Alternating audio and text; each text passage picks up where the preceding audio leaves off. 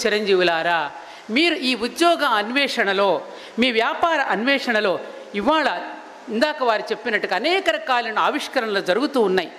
విదేశాలకు వెళ్ళిన మన పిల్లలందరూ కూడా చదువుకుంటూ అక్కడక్కడ చిన్న చిన్న పెట్రోల్ బంకులోనో, లేకపోతే ఎక్కడైనా పిజ్జా షాప్స్లోనో, ఎక్కడైనా బ్రెడ్ షాప్స్లోనో, ఎక్కడైనా ఒక చిన్న మాల్స్లోనో ఉద్యోగం చేస్తూ ఏ విధంగా అయితే చదువుకుంటున్నారో ఆ విధానం వాళ్ళు మన భారతదేశంలో ఉన్న యువకులు కూడా ప్రయత్నిస్తున్నారు.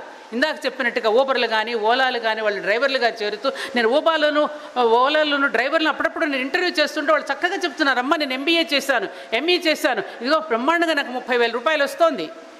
అందుకని దొరికిన పనిని ప్రేమించటం అనేది ఎప్పుడైతే మనం నేర్చుకుంటామో, ప్రెస్టీజియస్ దీనికోసం వెళ్లకుండా, ఫాల్స్ ప్రెస్టేజ్ కోసం పాటుపడకుండా, మనం ఎప్పుడైతే దొరికిన పనిని ప్రేమించటం నేర్చుకుంటామో అప్పుడు మన జీవితాలు సజావుగా నడుస్తాయి.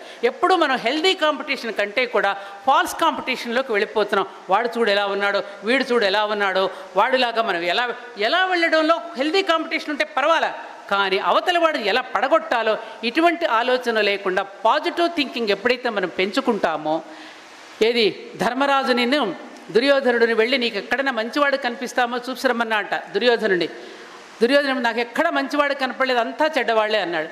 అదే ధర్మరాజుని అడిగితే ఎక్కడా నాకు చెడ్డవాడు కనపడలేదు, అంతా మంచివాళ్లే అన్నారు. అంటే చూసే దృష్టిలో ఉంటుంది మనకి పాజిటివ్ థింకింగ్తో ఎప్పుడైతే మనం ఉంటామో దైవానుగ్రహం కూడా మనకు తప్పకుండా లభిస్తుంది.